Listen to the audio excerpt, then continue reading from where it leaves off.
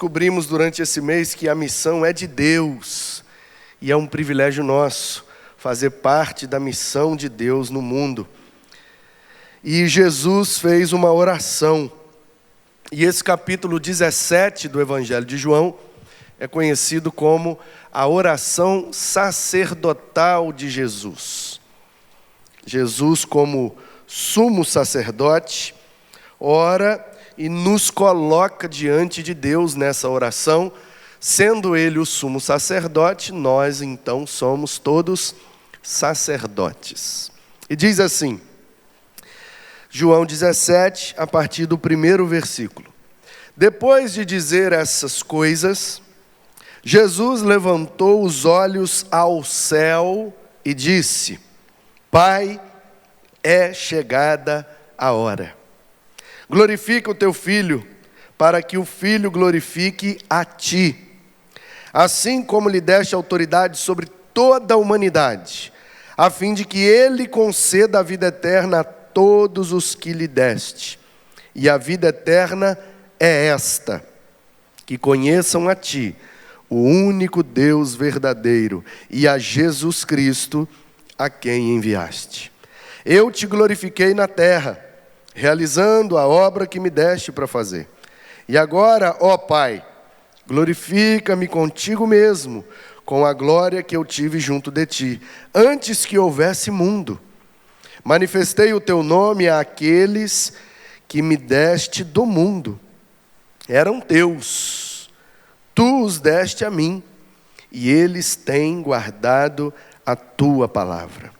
Agora, eles reconhecem que todas as coisas que me tens dado provêm de ti, porque eu lhes tenho transmitido as palavras que me deste, e eles as receberam.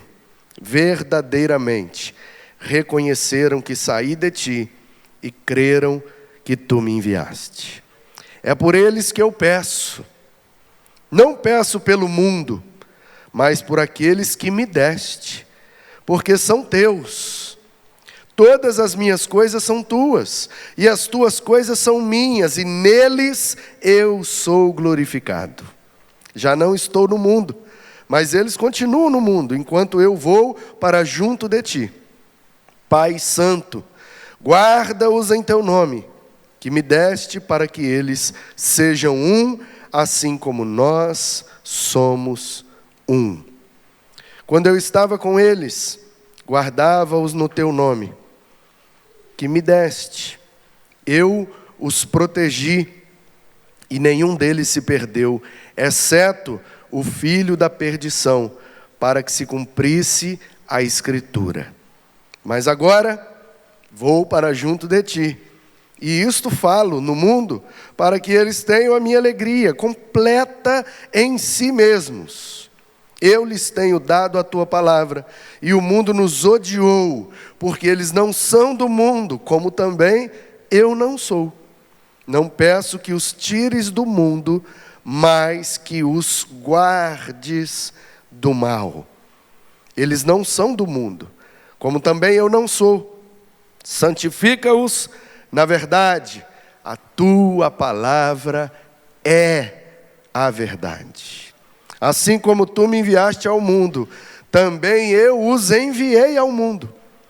E a favor deles eu me santifico, para que eles também sejam santificados na verdade. Não peço somente por estes, mas também por aqueles que vierem a crer em mim, por meio da palavra que eles falarem, a fim de que todos sejam um. E como tu, ó Pai, estás em mim, e eu em ti, também eles estejam para que o mundo creia que tu me enviaste. Eu lhes transmiti a glória que me deste, para que sejam um, como nós o somos. Eu neles, e tu em mim, a fim de que sejam aperfeiçoados na unidade, para que o mundo conheça que tu me enviaste, e os amaste, como também amaste a mim. Pai, a minha vontade é que onde eu estou, também estejam comigo os que me deste, para que vejam a minha glória que me conferiste, porque me amaste antes da fundação do mundo. Pai justo, o mundo não te conheceu. Eu, porém, te conheci, e também estes reconheceram que tu me enviaste. Eu lhes fiz conhecer o teu nome, e ainda o farei conhecer, a fim de que o amor com que me amaste esteja neles, e eu neles esteja. Amém. Amém. Queridos, nessa oração a gente vê algumas coisas muito claras. Primeira coisa que a gente vê é que o Pai concede ao Filho algumas coisas. No versículo 2 diz que o Pai concede ao Filho autoridade para nos conceder a vida eterna. Nos versículos 2, 6, 9 e 24, diz que o Pai concede a Jesus pessoas deste mundo que vão crer nele como único e suficiente Salvador. Também diz no versículo 4 que o Pai concedeu ao Filho uma obra para ele realizar. Nos versículos 8, 11 e 12, o Pai deu ao Filho as palavras, conforme a sua vontade, e deu também o seu nome, que está acima de todo nome. O Pai concede ao Filho a glória, nos versículos 22 a 24. A glória. Eu lhes transmiti a glória que me deste, para que sejam um como nós somos.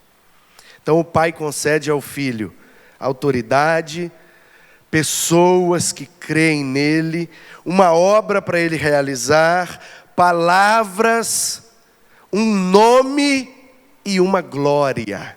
Jesus diz que tudo isso ele recebeu do Pai. Mas ele também diz que ele, como filho, vai conceder a nós, como seus discípulos. Primeiro, a vida eterna, no versículo 2. Segundo, a palavra do Pai, no versículo 8 e também no 14.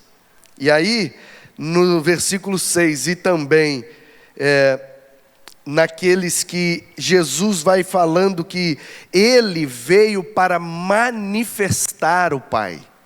Então, Jesus nos concede a manifestação de Deus. A gente consegue ver Deus, sentir Deus, saber de Deus, porque Jesus veio e é através dele que isso é nos concedido. E ele diz também que ele transmitiu, ou que ele vai transmitir, a glória que o Pai deu para ele, ele também vai passar para nós. Ué, pastor, como que nós teremos glória? Como que nós seremos glorificados? Como que é isso? Eu lhes transmiti a glória que me deste. Qual foi a glória de Cristo? Obedecer o Pai até a morte e morte de cruz. É isso que o fez ser glorificado.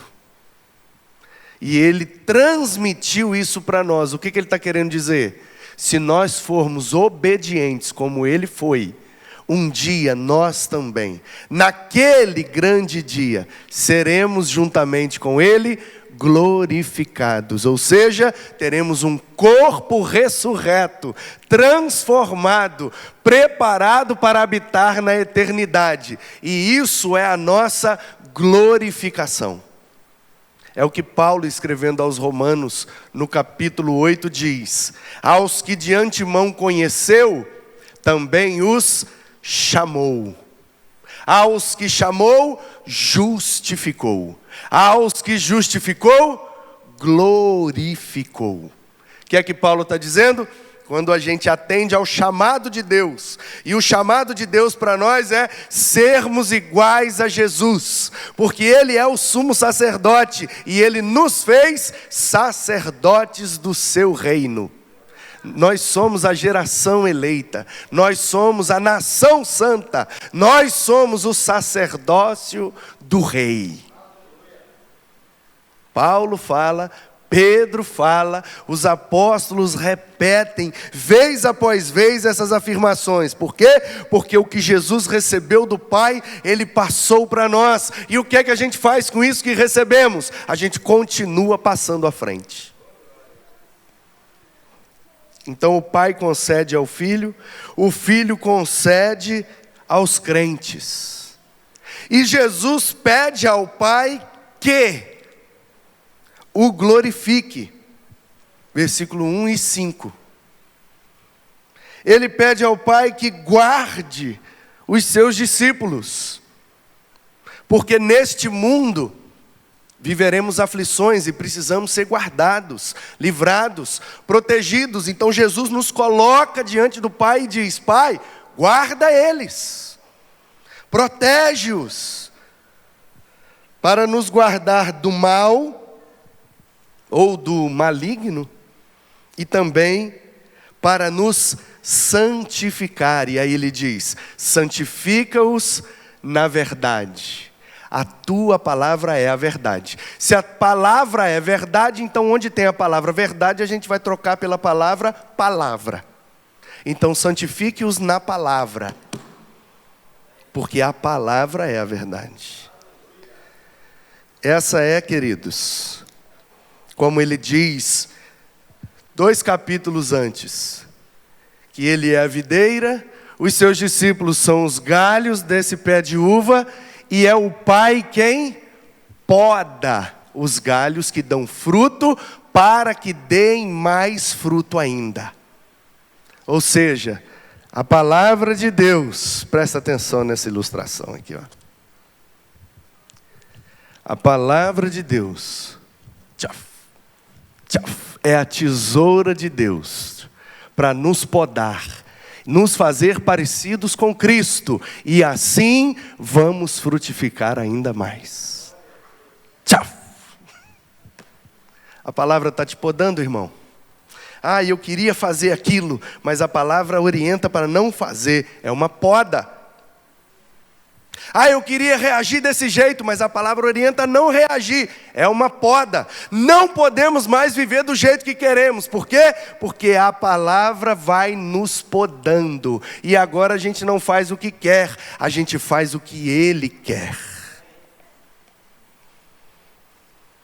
E aí ele pede ao Pai, além de pedir que glorifique Ele, que nos guarde de todo mal, que nos santifique, Ele também pede: Pai, que eles possam ter unidade. Assim como eu e o Senhor, meu Pai, somos um na Trindade, um só Deus, embora em 3 pessoas. Que eles, mesmo sendo 2 ou 3, ou seja, ainda que eles sejam uma comunidade de pessoas, que o teu Espírito possa uni-los, a fim de que eles sejam um, assim como eu e o Senhor somos um. E os seguidores de Jesus vão precisar se relacionar com o mundo. E aí que entra a nossa grande missão. E aí que entra esse tema para encerrar essa série e fechar com essa oração que é chave de ouro. Qual é o nosso relacionamento com o mundo? No versículo 18, Jesus diz: nós somos enviados ao mundo. Você sabe como é a palavra enviado no grego que João escreveu esse texto? Muito provavelmente Jesus falou essas palavras em aramaico. Mas João, quando foi escrever, escreveu em grego, porque o grego era a língua mais conhecida. Como se fosse hoje em dia, seria o inglês. E a palavra enviado Em grego é a palavra apóstolos. Apóstolos, os enviados. Então Jesus está dizendo: estes serão os meus apóstolos, ou seja, os que eu vou enviar ao mundo, para que através deles a mensagem possa alcançar todas as gerações, até que ele venha nos buscar. Somos enviados de Deus. Eu não quero aqui entrar no mérito do ministério apostólico, que está em Efésios 4:11, dizendo que ele mesmo deu uns para apóstolos, uns para profetas, uns para evangelistas, uns para pastores e mestres. Não quero entrar nesse mérito. Quero entrar apenas na oração de Jesus, que está dizendo: eu vou enviá-los para que eles cumpram a minha grande missão. Jesus está orando, e você viu várias vezes nessa oração ele dizendo: o meu tempo é chegado, chegou a minha hora. Eu quero todos eles comigo, menos aquele que eu sei que vai me trair. Jesus está fazendo uma oração que é sacerdotal, ele está intercedendo por todos nós, mas ele também está fazendo uma oração, está falando de coisas que vai acontecer dias depois dessa oração, porque ele acabou de orar e apareceram os soldados, e Judas o beijou, e ele foi preso, e aí começa toda aquela via dolorosa que nós bem conhecemos, desde a noite de sexta-feira até a ressurreição no domingo de manhã. Portanto, Jesus está sentindo, está chegando a hora, está chegando o tempo, é para isso que eu vim, essa foi a minha missão. E é como se Jesus estivesse dizendo assim, ó: Pai, eu cumpri o meu propósito, eu fiz o que eu tinha de fazer, e eu sei que daqui a pouco tudo vai se consumar, mas eles vão continuar. Eu vou para o Senhor, serei glorificado. Mas e eles? Eles vão ficar sozinhos? Eles vão ficar órfãos? E aí Jesus então diz: não. E lá no capítulo 14 ele já tinha dito aos seus discípulos: eu vou, mas não vos deixarei órfãos. Eu enviarei o meu Espírito, e ele vai habitar em vocês, e ele vai conduzir vocês, e ele vai fazer-lhes lembrar de tudo que eu ensinei para vocês, porque a minha missão pessoal como filho de Deus está cumprida, mas a minha missão como Senhor da história vai se cumprir através de vocês. E aí ele então nos envia ao mundo, e é por isso que nós fazemos missões.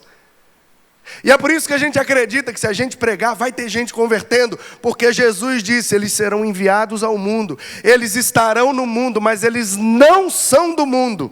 O mundo vai odiá-los, mas se eles se unirem, a unidade dos meus discípulos e a união deles com Deus pode fazer com que o mundo creia que o Pai enviou o Filho, e eles serão convencidos pelo Espírito.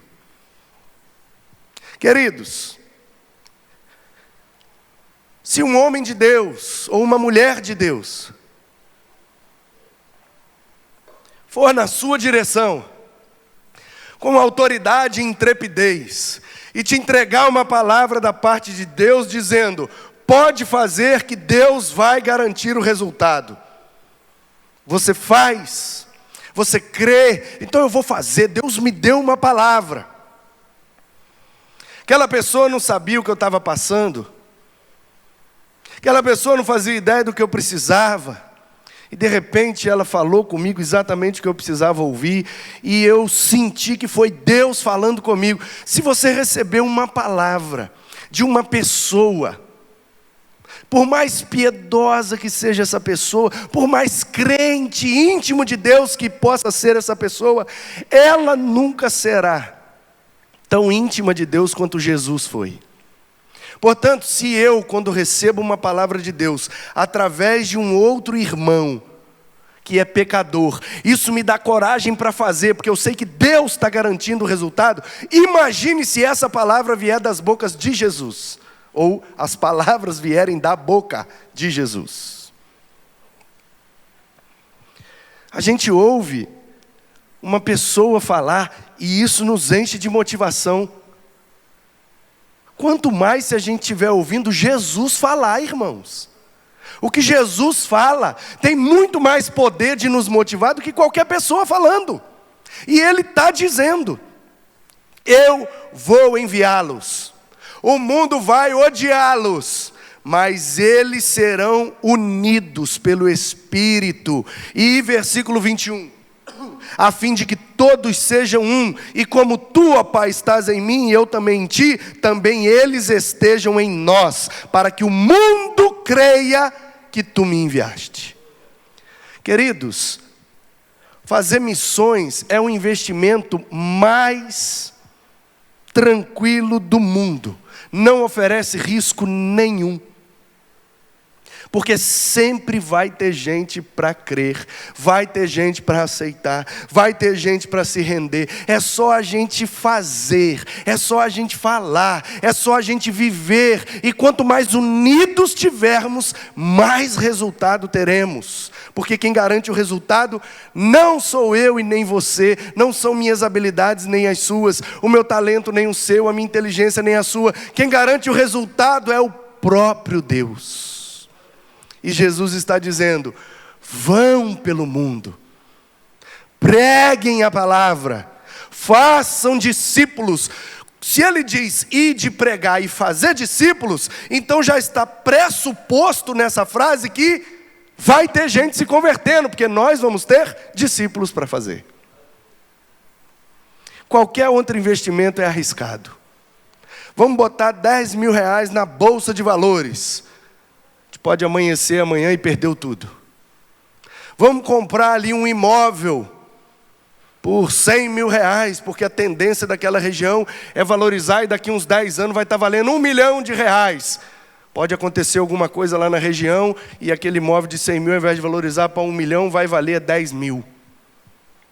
Todo investimento tem o seu risco. E Jesus está dizendo: se o investimento de vocês for na minha missão, eu garanto o resultado positivo, porque esta é a minha vontade, e os propósitos e os planos de Deus não podem ser frustrados. Por isso que a gente precisa se conectar nessa missão. É como disse Jesus: se vocês pedirem qualquer coisa em meu nome, quer dizer, para cumprir a minha missão, pode fazer que o Pai vai garantir o resultado. Ele não garante nada para mim, pessoalmente. Ele não garante nada para você, pessoalmente, a não ser a vida eterna. Agora, se vamos fazer a vontade dEle, aí Ele garante. Há uns dias atrás, aliás, há 6 meses atrás, em janeiro, conversando com um pastor, amigo, líder na nossa denominação, e ele me contou uma história que me deixou arrepiado e eu vibrei demais. E eu guardei uma frase, e eu queria que você aprendesse essa frase essa noite. E a frase é: Deus paga as suas contas. Não é as suas, você que está me ouvindo, não. É as suas dele próprio. Deus paga as suas próprias contas. E ele disse o seguinte: ele liderava uma organização que espalha a palavra de Deus por meio do rádio. Então essa organização tem antenas de rádio em vários países do mundo, inclusive em países que não se pode pregar o evangelho. Mas eles vão por vias que Deus vai abrindo. E eles vão colocando antenas. E tem programas de rádio em vários idiomas. E muita gente tem sido alcançado. Porque o propósito desse projeto é evangelístico. Então, se eu e você não conhecemos ou nunca ouvimos, é porque nós não somos o público-alvo desse projeto. E ele disse que uma vez deu um problema no receptor da antena, ou um negócio que tem lá na antena, que é a coisa mais cara da antena de rádio. E ele falou que naquela época, alguns anos atrás, custava alguns $1.000. Coisa alta, dinheiro grande. Não sei quantos $1.000. Um aparelho lá, um instrumento, não sei como é que chama, que bota lá na antena e é ele que capta o sinal e multiplica e envia e sei lá como é que chama. Eu sei que era um troço muito caro. E eles não tinham dinheiro para substituir o negócio. E ele ficou desesperado. E ele ligou para um pastor, que era um pastor conselheiro, mentor, um dos fundadores desse projeto de evangelização via rádio. E ele ligou para o pastor desesperado e o pastor disse: meu filho, entre em contato com o fornecedor, compre o aparelho, manda instalar e vamos continuar pregando o evangelho. Ele falou: pastor, acho que o senhor não entendeu bem. São muitos milhares de dólares. E o pastor respondeu: compre o aparelho, mande instalar e vamos continuar pregando o evangelho, meu filho. E ele diz: pastor, o senhor não entendeu. E o pastor diz: você que não entendeu, meu filho. Esse projeto não é nosso, esse projeto é de Deus. Portanto, Deus paga as suas contas. E ele disse: Manu, eu fui lá e comprei, morrendo de medo. Eu mandei instalar, morrendo de medo. E no dia seguinte ligou um empresário dizendo: eu quero dar uma oferta, quanto vocês estão precisando? E ele falou: X, para pagar o negócio que queimou e eu acabei de mandar instalar. Fiz um boleto, tenho 30 dias para pagar. O cara falou: pode me passar o número da conta, que eu estou mandando o valor ainda hoje. Sabe por que é, irmãos, que a gente deseja algumas coisas e não alcança? É porque nós estamos na nossa missão. E Deus não tem compromisso com a nossa missão. Deus tem compromisso com a missão dele.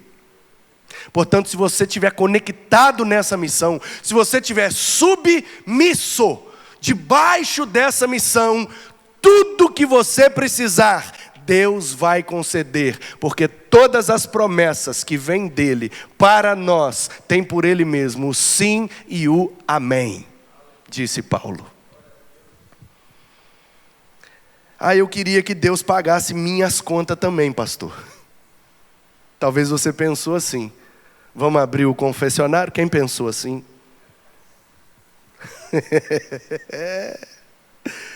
Como é que faz, pastor, para Deus, além de pagar as contas dele, pagar as minhas também? É simples. Se sua vida estiver conectada à grande missão, e até o seu respirar, se for para a glória de Deus e para a expansão do seu reino, as suas contas serão pagas, porque sua vida será um instrumento para cumprimento da grande missão de Deus na terra. Se bota na brecha, deixa Deus te usar, e até as suas contas Ele também vai pagar. Conectados à grande missão. Se for para Deus, para a glória de Deus e para a missão de Deus, tudo já está garantido, porque quem prometeu foi o próprio Deus. Pai, obrigado pela Tua palavra. Muito obrigado, Senhor. Obrigado porque o Senhor ouviu a oração do Teu Filho. E Ele orou por nós e nós recebemos os resultados dessa oração. O mundo tem nos odiado. O mundo tem nos perseguido, o mundo tem se levantado contra nós, mas nada pode parar a igreja, porque o Senhor tem uma igreja para cumprimento da sua missão.